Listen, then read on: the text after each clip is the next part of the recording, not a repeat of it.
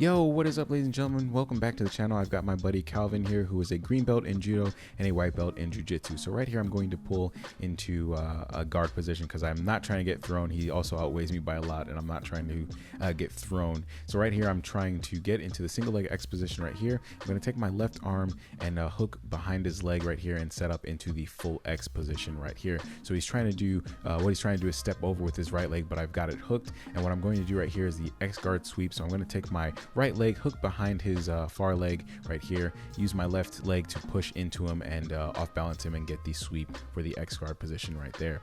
So we're going to start standing, and he's starting to grab a grip on the back of my lapel, which I didn't like, so I went ahead and pulled into guard again. So right here, I'm pulling into the closed guard position, and what I'm trying to do now is isolate one of those arms, keep his posture broken, and I'm able to actually trap his right arm in the closed guard position. So I'm trying to do a 2-on-1 fight for that other arm and get him off balance, but he's able to free his arm right here and continue the attack. So what I'm going to do right now is I have that arm, I'm pushing it across my center line and getting him off balance. But what I failed to do here is solidify that arm. I tried to start attacking the other arm. I should have held on to what I had and gone for a pendulum sweep there, but he's able to stop me from doing that. So I'm just going to reset into the closed guard and start working on the grips. And I'm thinking about opening my guard, but I decide to start breaking his posture down, grabbing that far arm right here and bringing my leg over the top, and I'm going to get into the omoplata position. But Calvin is going to do my omoplata defense, because right before this roll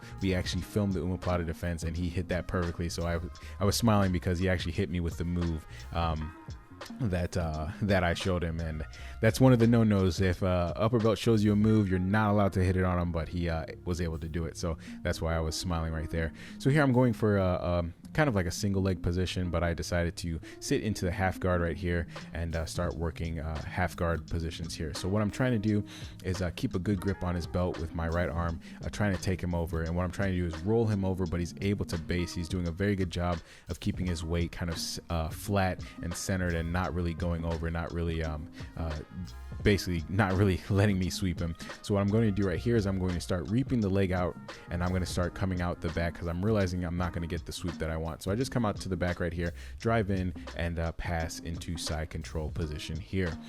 So what I'm going to do now is I'm just going to solidify the side control position. I'm going to start trying to get to the knee on belly. I'm going to feed that lapel out of the belt and try to use that to keep the pressure nice and heavy. So as you can see right here, I've got the lapel, and what I want to do is feed it around his head, but I'm able to actually trap his wrist and keep the position right there. So I'm making it super tight, keeping my pressure nice and heavy. And what I'm going to do is start grabbing the pant leg right here because I want to pop up to a knee on belly. But what you can't really see is that his right arm is doing a good job of blocking my arm, stopping my knee from getting into the knee on belly position. So what I'm going to start doing is just driving my pressure down, driving my weight down, keeping that grip, basically keeping that left arm out of the fight, and just kind of drive and see what I can get right here. So I know that he's that arm is trapped. I'm not really worried about it. So what I want to do is stand up again. What I try to do here is do a reverse knee on belly to break that grip that he had and switch to the knee on belly position right here.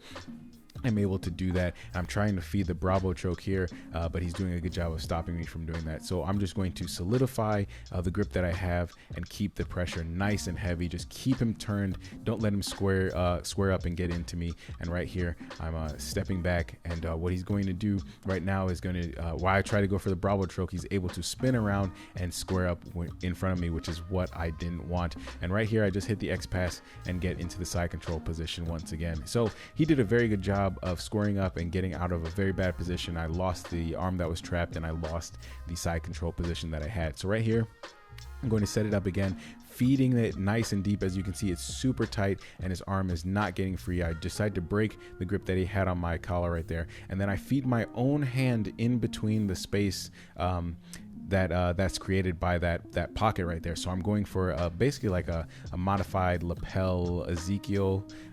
It's one of the positions that I really like. Usually I hit this when they pull their arm out and my arm goes in, but I just decided to put my arm in. So right here, make it nice and tight, and I get the tap.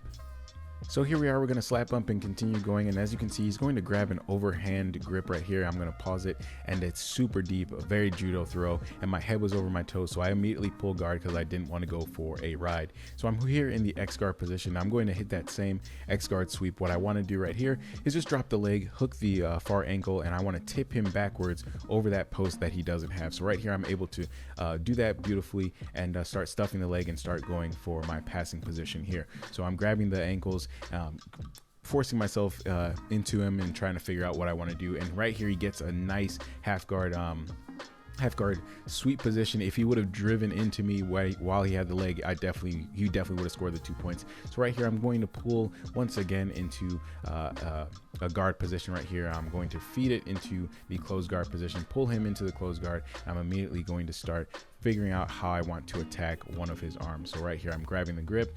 I'm going to start pulling, get the 2-on-1, try to break the center line right there, keep his posture down, angle out, and start to climb up to the back right here. He's able to posture back up and stop me from getting that position. So we're back in the closed guard, and that's going to be the end of the roll. So, ladies and gentlemen, that is the end of the roll featuring my buddy Calvin, who cross-trains Brazilian Jiu-Jitsu and Judo. A few of the takeaways, as you can see, when he got that overhand grip and my head was over my toes, I knew that he was going to set up some type of judo throw, so I immediately pulled guard. Pulling guard is not something that I like to do a lot. I like when other people pull guard and I'm able to pass, but with somebody who knows stand-up, who has a good set of throws and a good stand-up game, sometimes it's beneficial to pull guard and get into a sweeping position, which is what I try to do here, and then work my passing game. So thank you guys for watching the video. Thank you guys for supporting the channel. It truly means more than you know, and I will catch you on the next one. Peace.